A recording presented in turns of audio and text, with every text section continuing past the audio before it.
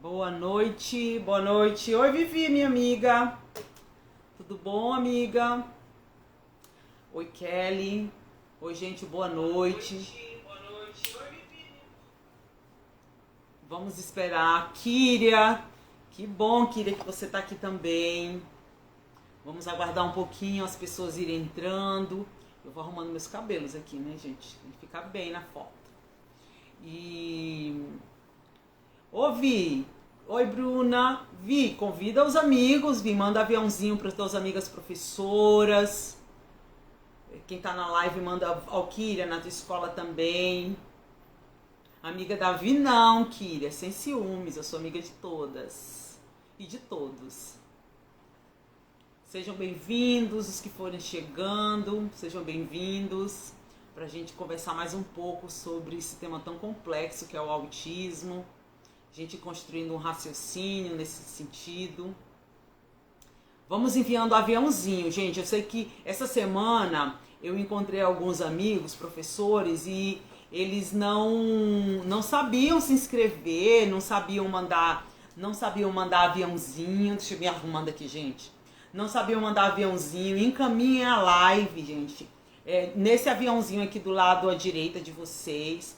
Isso, Rafaela, eu sou de Porto Velho.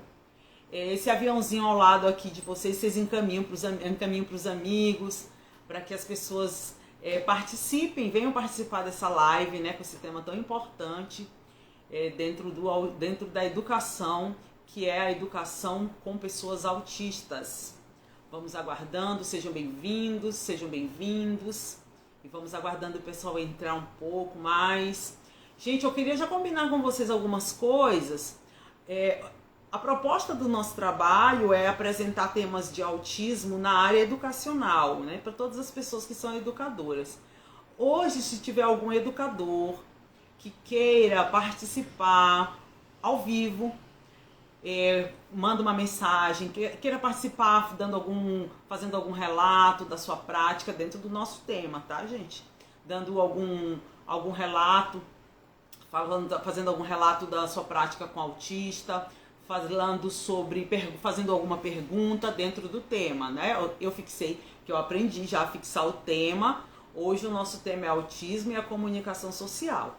E aí eu só queria relembrar que o que é um educador. O educador não é só o professor, são todas as pessoas que estão inseridas no ambiente educacional, tá? Então você que trabalha no ambiente educacional com algum autista que já tem alguma experiência ou que queira fazer perguntas, aí no decorrer da nossa conversa, aí você pede para participar ou coloca a sua pergunta, mas eu gostaria de chamar alguém ao vivo hoje, tá bom, pessoal? Vamos aguardar mais um pouquinho para a gente começar sobre esse tema da comunicação social. Eu só quero lembrar vocês que na bio vocês vão encontrar um link para vocês se inscreverem nos canais. Eu peço que vocês façam isso, encaminhem para os amigos, professores, para os amigos educadores, né? Todas as pessoas que trabalham nesse contexto educacional, encaminhem para que elas também se inscrevam. Eu agradeço aos amigos e os não amigos ainda, né? Os amigos virtuais, aos amigos físicos, assim, que estão sempre comigo, que se inscreveram. Conseguiram fazer sua inscrição no canal. Eu agradeço muito. E eu quero falar que eu sei que tem algumas pessoas que têm alguma dificuldade para se inscrever, né? Essa semana eu tive que fazer a inscrição de 3 amigas que elas não sabiam. João, eu não consigo, eu não sei como é que é. Algumas professoras que não são tão familiarizadas com tecnologia. Mas peça do seu filho, peça do seu amigo para se inscrever no canal, tá bom, pessoal? Vamos começando, né? O tema é bem importante, o tema é super relevante. Esse tema faz parte de uma série que hoje eu concluo, que a gente tem apresentado aqui algumas características, né, de acordo com o DSM-5, que é o Manual de Transtorno Estatístico, Manual das estatísticas, né, de doenças, transtornos mentais. No DSM-5 ele vem apresentando algumas características, ele lista algumas características que a pessoa com diagnóstico de TEA ela apresenta. Então, nós já falamos sobre o déficit de interação social, nós já conversamos sobre comportamentos repetitivos ou restritos e hoje nós vamos falar sobre a comunicação social. Boa noite, Cláudia, boa noite para quem foi chegando. Então vamos falar sobre o déficit da comunicação social.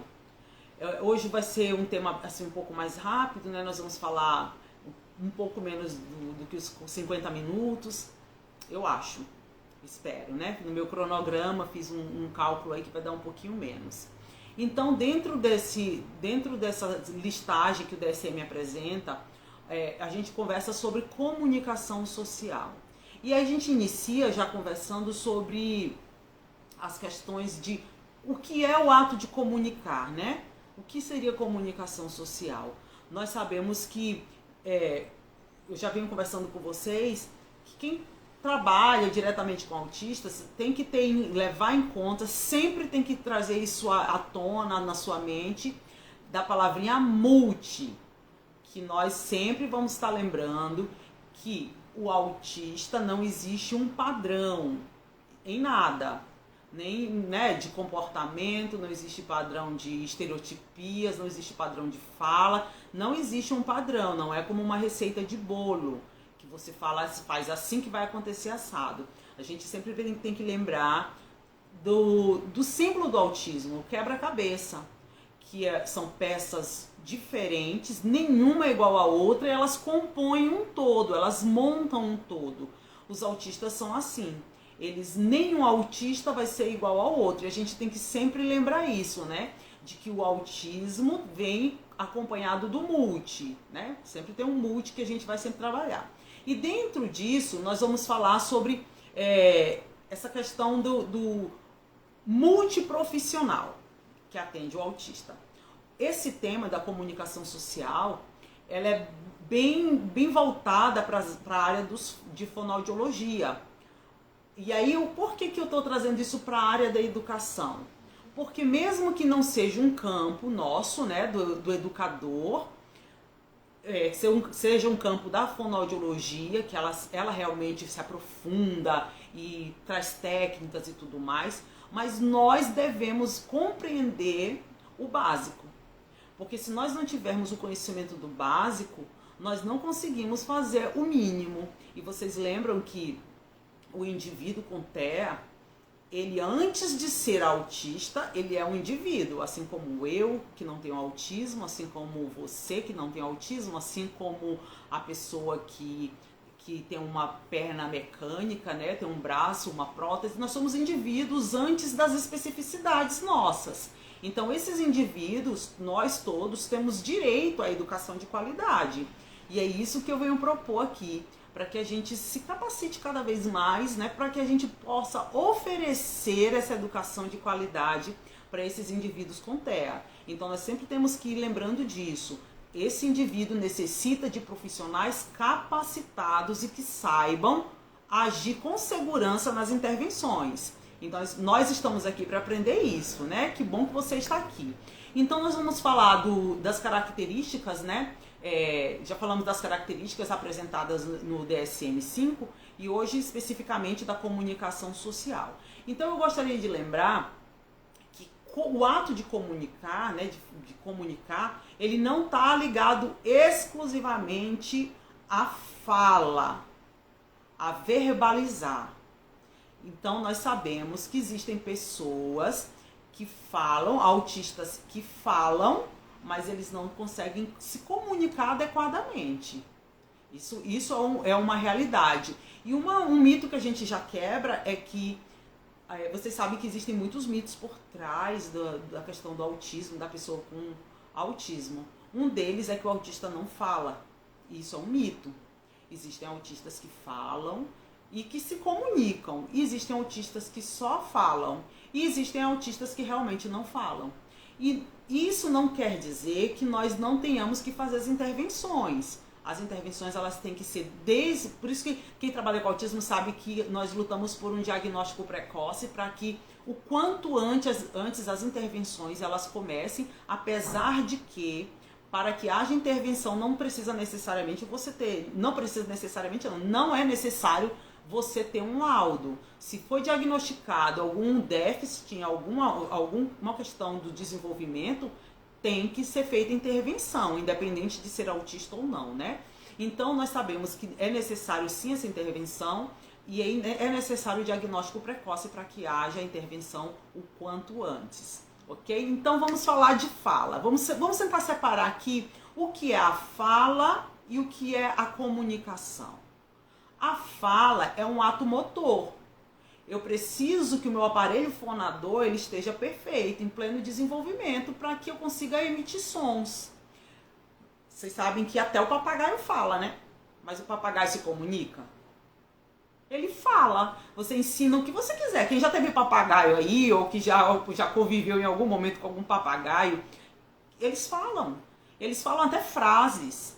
Mas eles foram ensinados só a falar aquelas frases. Não há comunicação. Por quê? O que a gente tem que entender? Que a fala, ela depende de ter esse aparelho fonador funcionando. E lembra do multi? Vamos lembrar sempre do multi.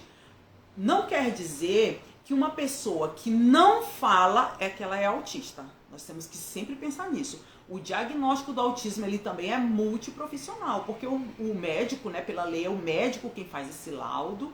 E ele precisa, assim, a família entra em contato com esse médico, ele pede os relatórios da escola, ele pede relatórios dos terapeutas que estão atendendo essa criança, né, se for uma criança, ele pede relatórios, está sendo atendido por fono, traz os relatórios, está sendo atendido por TO, traz os relatórios, e ele vai criando, né, juntando, fazendo um ajuntado de todas essas informações para ele realmente concluir que essa pessoa é autista. Então, como é multi, né, precisa desses vários profissionais atuando em parceria, também nas intervenções é necessário que haja essa gama de profissionais para que haja realmente, que seja realmente uma intervenção bem positiva, para que esse autista ele consiga receber os benefícios de cada um no seu quadrado, né? Cada pessoa, cada especialista na sua área, trabalhando em conjunto. Então, a questão da fala, ela é muito complexa. E falar somente, como eu falei, eu já vou repetir, né? O aparelho fonador está funcionando, você vai falar. Você vai falar. Simples assim. E eu não falar não quer dizer que eu seja autista. Precisa sim essa investigação, porque só um aspecto não é diagnóstico para eu ser autista ou não, né? Para essa criança ser autista ou não. Então existem pessoas que não falam por N questões e não são autistas. Existem pessoas que têm alguma deficiência, alguma questão no aparelho fonador, ela não fala, mas ela não é autista. Existem pessoas surdas que não conseguem falar e ela não é autista. Então nós vamos ter que separar bem isso. A gente tem que tomar muito cuidado, principalmente o professor, quando ele está atendendo uma pessoa autista, de ele ver que o menino, por exemplo, ele não fala, o aluno não fala, aí ele chamar a mãe e o pai e falar, seu filho é autista porque ele não fala. Não existe isso, nós temos que ser bem cuidadosos com relação a isso. Então a fala necessita que esse aparelho fonador é um ato motor, ele esteja funcionando, ok? E agora, o que seria comunicação? O que seria a comunicação? Se a fala é o ato de esse aparelho está funcionando e eu verbalizar, sair sons da minha boca, né?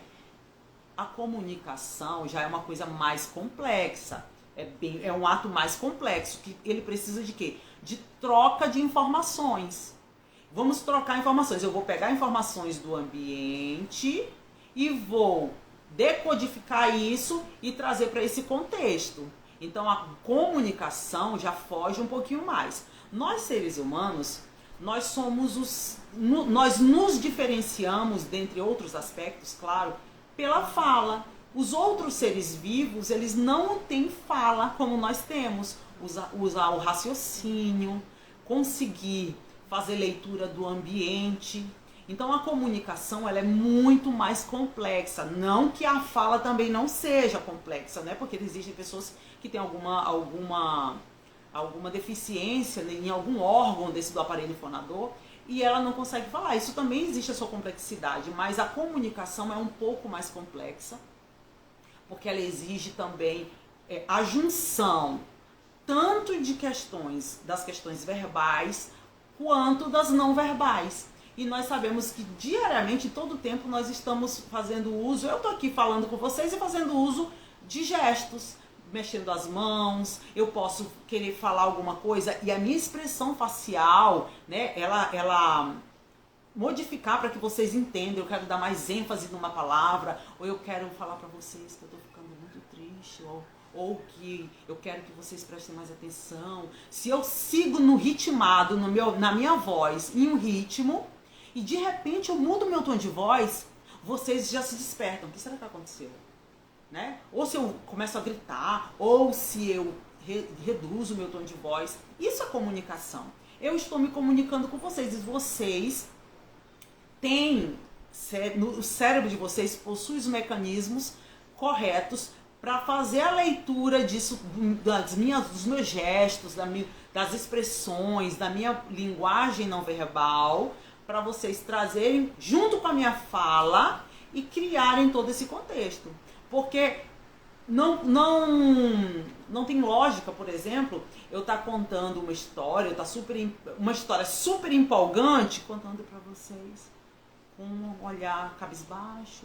Não tem como vocês se empolgarem com essa história, né? Então nós fazemos o uso sempre da fala da linguagem não verbal.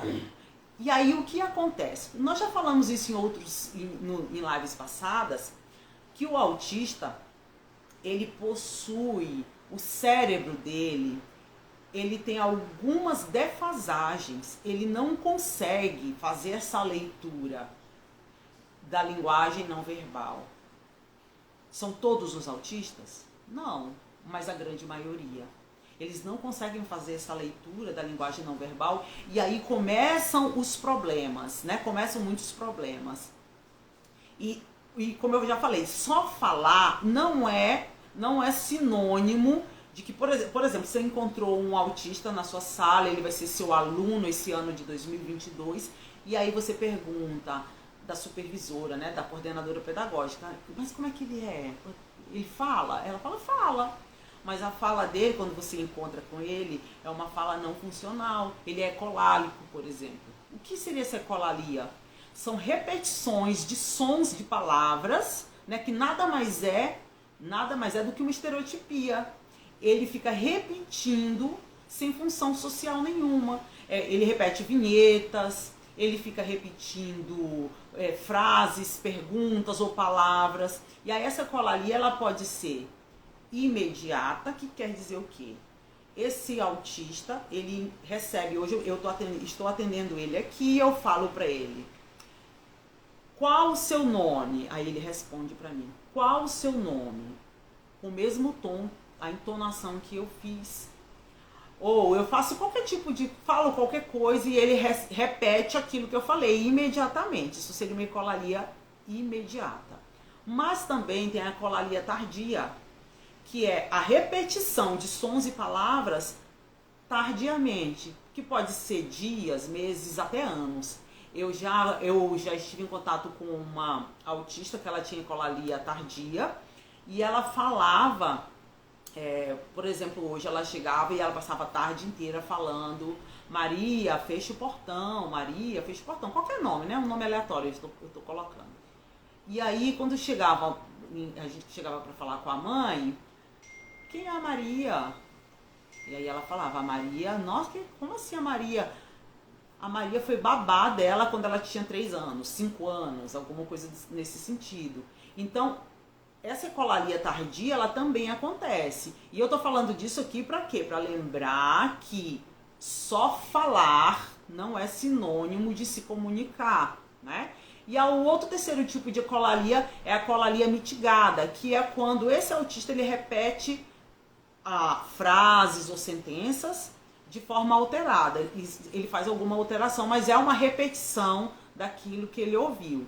Então a fala no autismo, né, ela pode ser ela é sempre muito afetada, tanto no sentido de ou ele não conseguir falar, ele não falar, Não porque ele tem algum problema no aparelho fonador, tá? Porque aí a gente vai entrar na área da fonoaudiologia.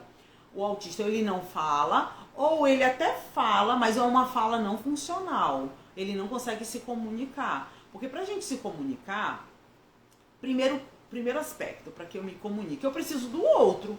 Porque hoje com as tecnologias, até que não entre aspas, né? Eu posso aqui na minha casa fazer um vídeo que não é ao vivo e eu lanço em alguma plataforma e eu sei que alguém vai ver.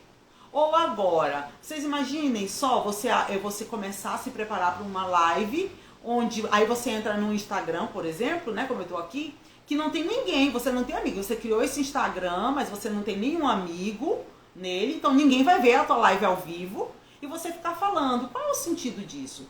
A fala, ela necessita de um outro, a gente precisa dos pares, né, de uma outra pessoa, para que a gente tenha trocas. A fala é com o objetivo de fazer alguma troca.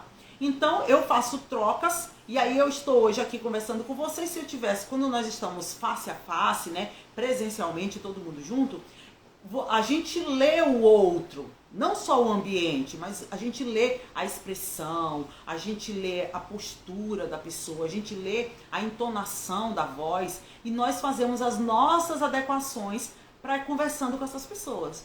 E o autista, ele tem sério problema em fazer tudo isso. E aí vocês imaginam por que isso causa também déficit da interação social? É bem claro, né? É bem fácil da gente conseguir compreender o porquê desse déficit. Se eu não consigo me vincular com o outro, né? Não só com a fala, mas principalmente através da fala, se eu não consigo me vincular com esse outro, eu não tenho como ter uma interação social positiva. Então, nós educadores, nós precisamos ter esse conhecimento para quê? Para tentar ao máximo buscar estratégias para minimizar essa defasagem. Então, a gente tem que sempre lembrar disso, né? Então, lembrando que a comunicação, ela se dá através... Às vezes, eu nem preciso de fala verbalizar. Eu só estou... Vocês já tiveram isso, né? Vocês já tiveram em um ambiente, por exemplo, a gente está numa reunião e aí a pessoa fala alguma coisa e você com o seu amigo, você só olha para o seu amigo e dá um sorrisinho de canto de boca, o teu amigo imediatamente entendeu o recado. A gente troca informações através das falas, a forma de fazer, isso é comunicar, né? Então a comunicação, ela não é uma exclusividade da fala. Não não necessariamente eu verbalizar para que eu me comunique. Eu tenho assistido bastante, eu acho que isso aí tá bem comum no Instagram. Eu não sei se é porque eu vi, gostei, aí sempre vem aparecendo para mim essa questão de pessoas de outras nacionalidades que elas estão aprendendo português. Eu não sei se vocês já viram isso. Chega a ser muito engraçado, né? Chega a ser assim uma piada no final das contas, porque eles não conseguem compreender algumas coisas e eu consigo ver o autista ali com eles. Eles não são autistas, mas eles não conseguem compreender a forma como a gente fala e eles acham estranho, só que eles conseguem expressar a estranheza e o autista não, né? Então, se vocês ainda não viram, é bem legal assim eles colocando. Eu vou dar até um exemplo aqui para vocês.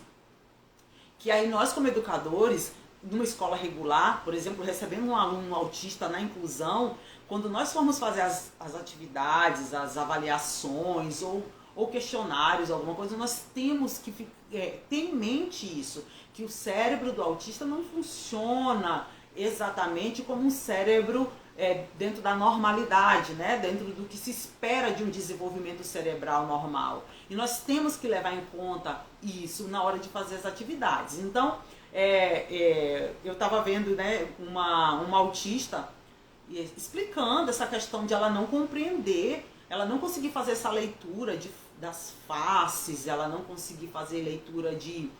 Tudo ela traz para a literalidade, é tudo muito literal.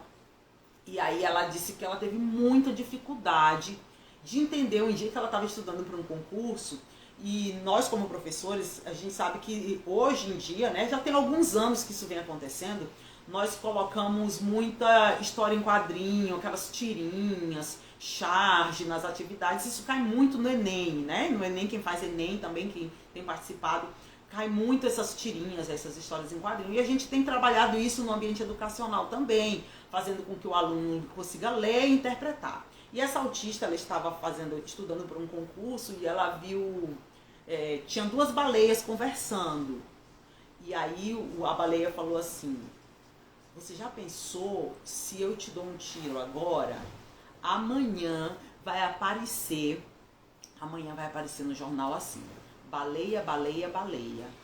E aí ela viu que as pessoas embaixo, elas ficavam, todo mundo rindo, e ela não entendeu nada. O que esses doidos estão rindo, gente? O que é baleia, baleia, baleia?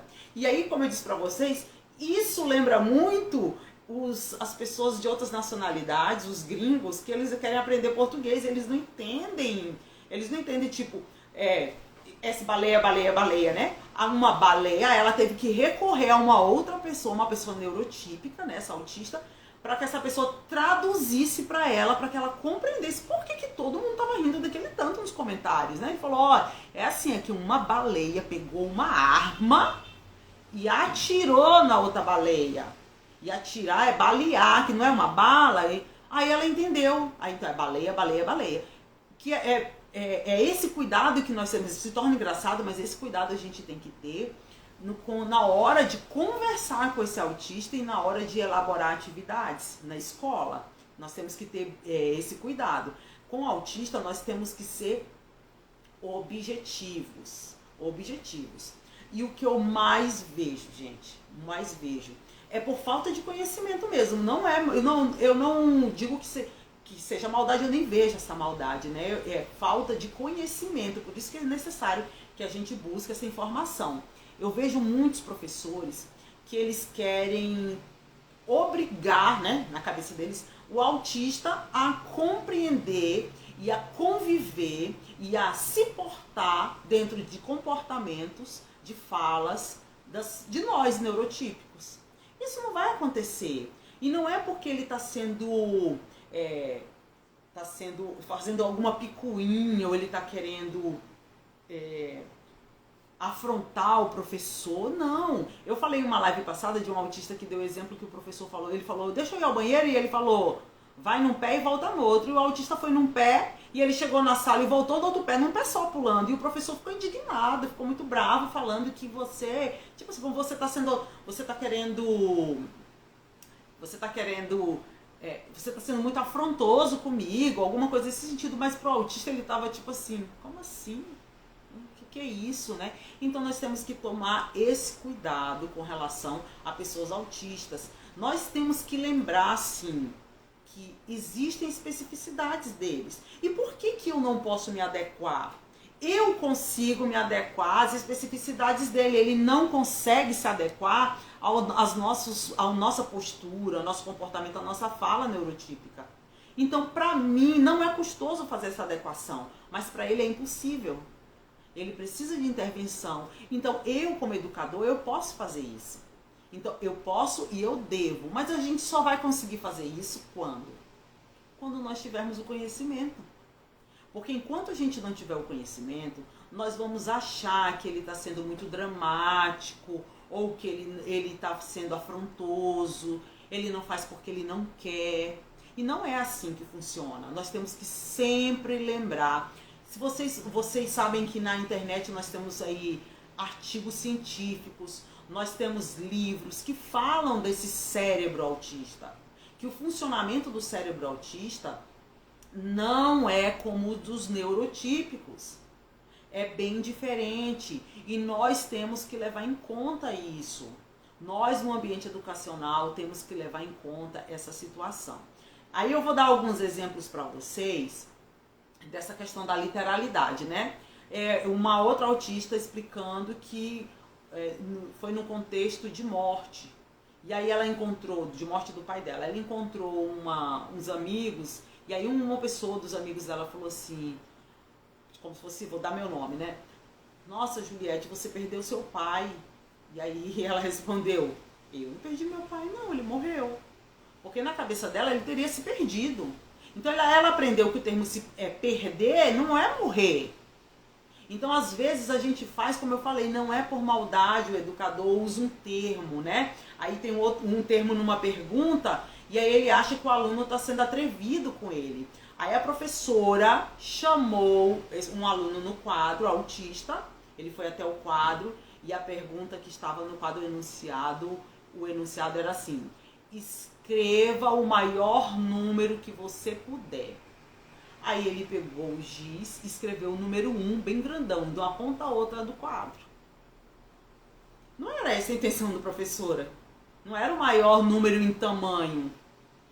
Se ele soubesse escrever 5 bilhões, alguma coisa assim, né? O que ela queria era isso. Então a gente tem que ficar atento a essas questões no ambiente educacional, principalmente o professor e também as pessoas que estão, por exemplo, a merendeira, por exemplo, o zelador, o inspetor de pátio. Quando for conversar com o autista, ter esse cuidado com relação a como que você vai falar com essa pessoa. Com o autista, nós temos que ser sempre objetivos e assertivos. Existe na internet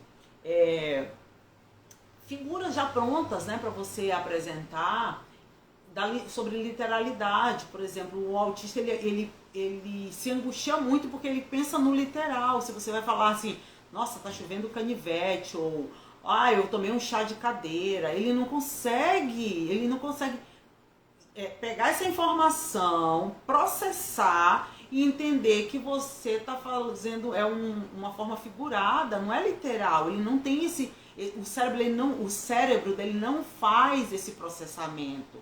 Não faz esse processamento. Rafaela, você vai entrar aí para fazer ao vivo, tá? Sua pergunta, já, vou abrir para você, tá bom? Então, nós temos que ter esse cuidado como educadores, da objetividade. Por isso, não é o tema de hoje, mas nós vamos ainda chegar nesse tema, daqui para frente nós vamos preparar ainda material, né, conteúdo sobre isso, mas é necessário fazer adaptação curricular, justamente por essas especificidades que os autistas apresentam. Eu não posso padronizar o ensino. Eu, como professora, por exemplo, que estou ensinando o sistema solar para os alunos, né, desse terceiro, quarto ano, e eu tenho um aluno autista na sala e ele vai ser obrigado a entender e a fazer do jeito que todo mundo faz. É necessário fazer adaptação.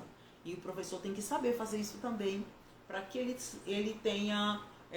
faça essa intervenção positiva. Então, nós temos que aprender, o objetivo nosso é aprender essas diferenças apresentadas pelo autista. Aprendi? Compreendi, eu inculquei isso em mim, que ele não funciona como os alunos neurotípicos. Isso tem que ser inculcado, gente. Se a gente não entender isso, nós vamos sempre querer trazer o autista para esse padrão de normalidade.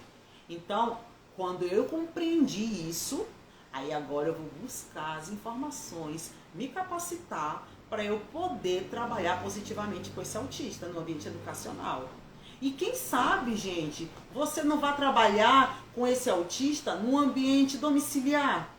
Vocês já imaginaram, assim, eu tenho recebido sempre bastante pais que procuram, buscando professores, pessoas qualificadas para trabalhar em casa.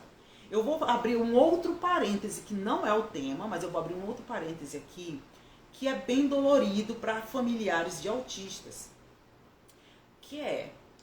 Chega uma determinada idade, quando esse autista alcança uma determinada série na escola, os pais eles ficam muito receosos de continuar enviando esse aluno, porque eles não veem esse cuidado com relação desse profissional com relação ao filho dele. E muitos pais, vocês não veem isso, porque eles não divulgam, né? Mas muitos pais, eles têm evadido do sistema educacional por não encontrar pessoas qualificadas para cuidar dos seus filhos. E por que não você, pai, não busca um professor qualificado para atender na sua casa? E quem sabe não seja você esse professor qualificado que está buscando capacitação? Você vai entrar para fazer ao vivo, Rafaela. Por que não seja você esse professor qualificado para fazer essa oferecer para esse pai um serviço de qualidade, um serviço real, em que o filho dele realmente tenha aprendizado real. Porque a escola, gente, eu canso de ouvir isso, que o autista está na escola para se socializar. O ambiente educacional, ele não é só para socialização, a socialização é secundária. E o conhecimento que deveria ser ofertado para esse autista, ele fica onde? Nós, professores, eu sempre vou bater nessa tecla, nós temos que nos capacitar. Nós temos que nos capacitar. É nosso dever. E pais, assim, eu sempre tenho recebido muito feedback dos pais com relação às lives. Pais, que sabe não seja agora o momento de você ter a sua anteninha assim, apitando, sabe? Agora eu vou ter algum profissional para buscar. E não só um cuidador, porque eu sei que muitas vezes os pais, esses pais que os filhos simplesmente somem da escola regular, eles às vezes já estão tão machucados, eles já não acreditam mais que os filhos deles vão encontrar pessoas qualificadas, que eles buscam só cuidadores para ficar em casa. Só uma pessoa para ficar olhando ele, para que o filho não se machuque, para que ele possa ir trabalhar e a criança está segura. Mas e por que não oferecer educação, ensino?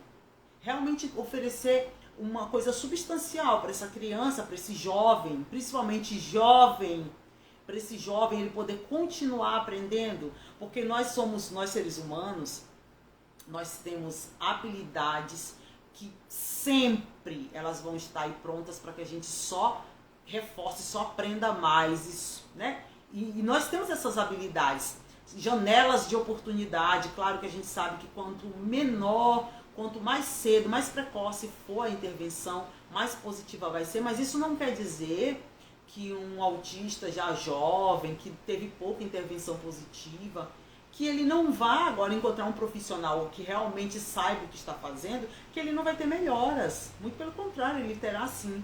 As habilidades, a gente nunca nós deixaremos, seres humanos, de termos habilidades para serem mais trabalhadas. Ainda não foram adquiridas essas ou aquelas habilidades, mas elas poderão sim ser adquiridas. Eu vou abrir aqui para Rafaela. Rafaela, você sabe pedir para participar?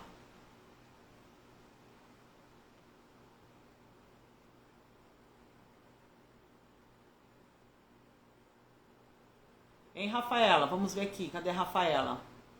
Você sabe pedir para participar? Deixa eu ver se eu sei. Eu vou ver se eu sei. Então pede aí, Rafaela, para eu te aceitar. Isso. Já te aceitei, Rafaela. Cadê? Deixa eu ver. Aceitar aqui. Cadê a Rafaela? Oi, boa noite. Oi, Tudo boa bem? Seja noite. bem-vinda à nossa live. Obrigado. Rafaela, Então, vamos fazer uma pequena apresentação, Rafaela, para as pessoas te conhecerem. Você é o quê? Profissional da educação? tá. É mãe? Conta um pouquinho sobre Sou você. Você mãe. é mãe. O Aí, autista ele tem 7 anos e a gente descobriu que ele era autista quando ele tinha 2 anos. Foi minha sogra, na verdade, que começou a perceber, né? uhum, E aí ela ficava falando, que ela levava ele no médico, que ela achava que ele tinha alguma coisa. E aí a gente não aceitava, né? A gente dizia que não, ele não tinha nada. E aí um belo dia a gente levou. E aí ele foi diagnosticado que ele tinha autismo e ele tem hiperatividade também, né? Ele é imperativo. E aí ele começou a fazer terapia ocupacional.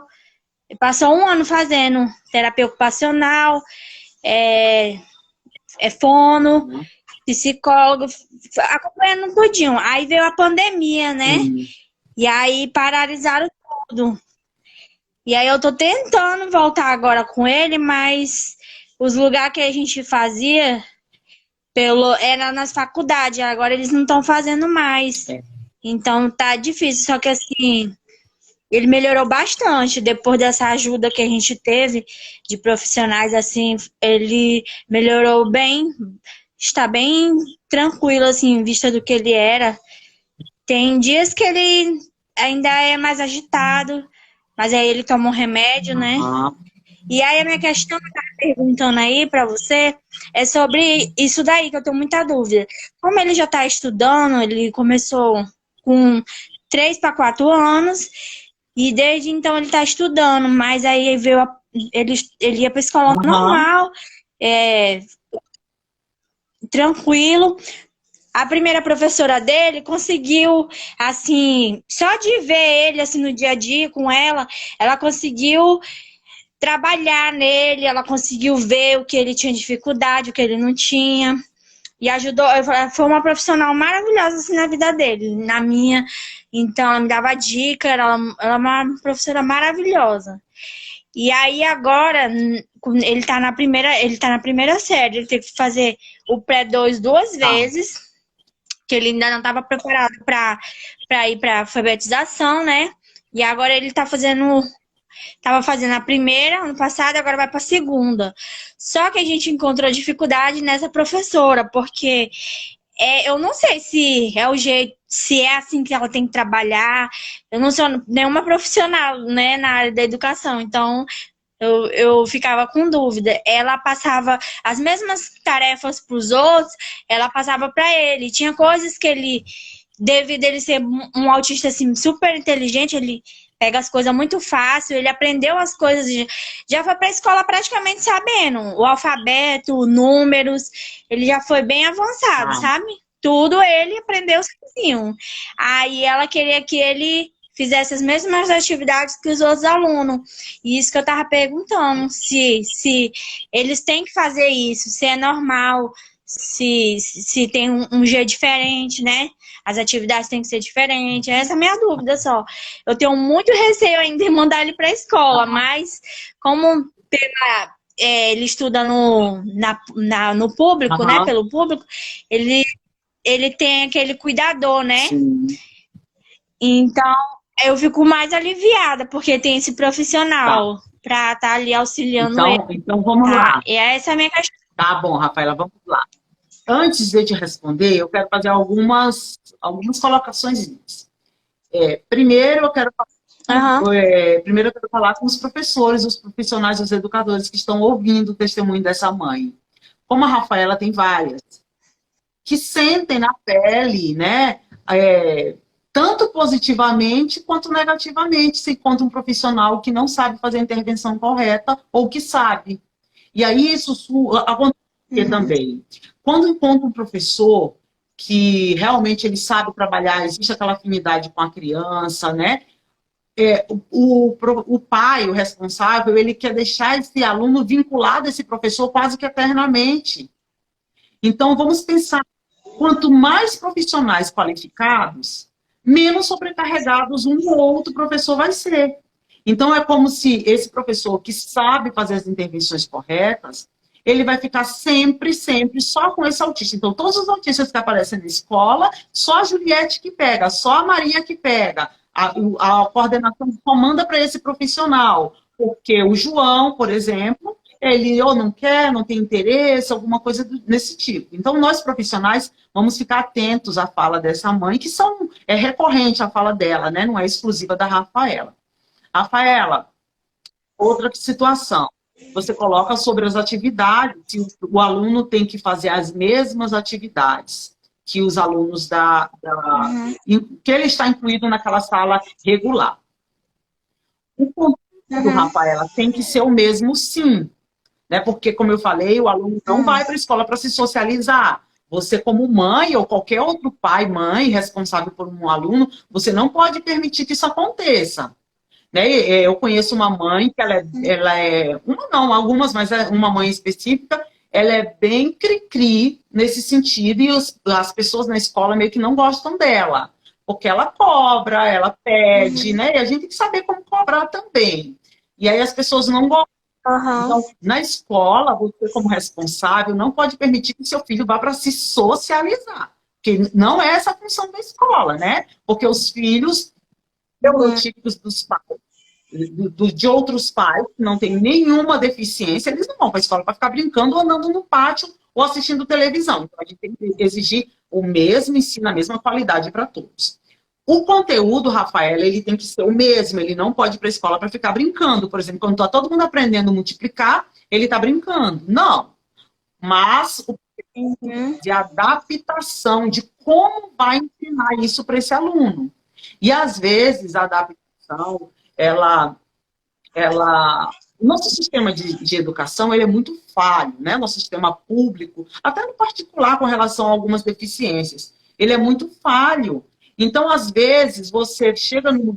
por exemplo, você é um profissional que sabe fazer intervenção positiva, e aí você está no 5º ano e recebe um autista no 5º ano que não sabe ler.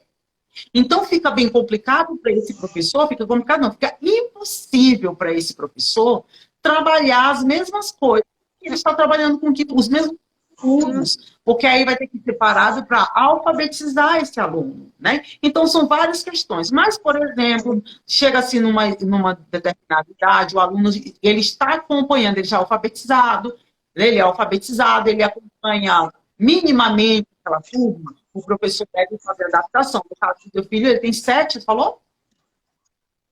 Tem 7, vai fazer 8. Pronto. Em março. 7 anos, né? Então, com 7 anos, você diz que ele é alfabetizado. E eu já quero deixar um convite para todo mundo que está assistindo, que na semana que vem nós vamos falar sobre isso. Ela falou, meu filho é mais leve, ele é super inteligente. Nós vamos falar sobre os graus, a severidade do autismo, tá? Graus, aí os níveis de autismo. Então, você já se prepara se você tem alguma dúvida. Mas no caso que ela está o filho dela, Rafael, o filho dela... Ela é um mais leve, que ele consegue acompanhar bastante, consegue acompanhar a turma, mas você vê, mesmo ele acompanhando, você vê dificuldade nas atividades que o professor manda, que são as mesmas dos outros alunos, né, Rafaela? Ele isso mesmo. Dificuldade. Por quê?